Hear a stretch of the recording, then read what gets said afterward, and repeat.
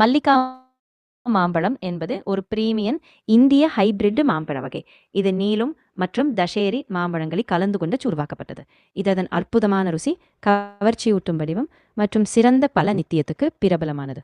பழங்கள் நடுநிலையிலிருந்து பெரிய அளவுக்கு இருக்கும். வடிவம் ஓவல் அல்லது ஒப்லாங்காக இருக்கும்.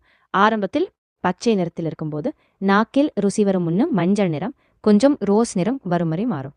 மல்லிகா மாம்பழத்திற்கு போஷக மதிப்புகளும் அதிகமாக உள்ளது. இது vitamin C, vitamin A, dietary fibre, potassium மற்றும் ஆன்டி ஆக்சிடென்ட்ஸ் போன்ற போஷகங்களுடன் பூரணமாக உள்ளது.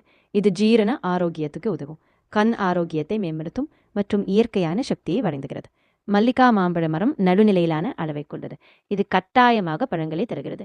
எனவே வீட்டு தோட்டங்களிலும் வணிக தோட்டங்களிலும் வளர்க்கக்கூடியது. இது கர்நாடகா, ஆந்திர பிரதேஷ், உத்தரப்பிரதேசம், பশ্চিಮ பெங்கால் போன்ற மாநிலங்களில் வணிகமாக வளர்க்கப்படுகிறது.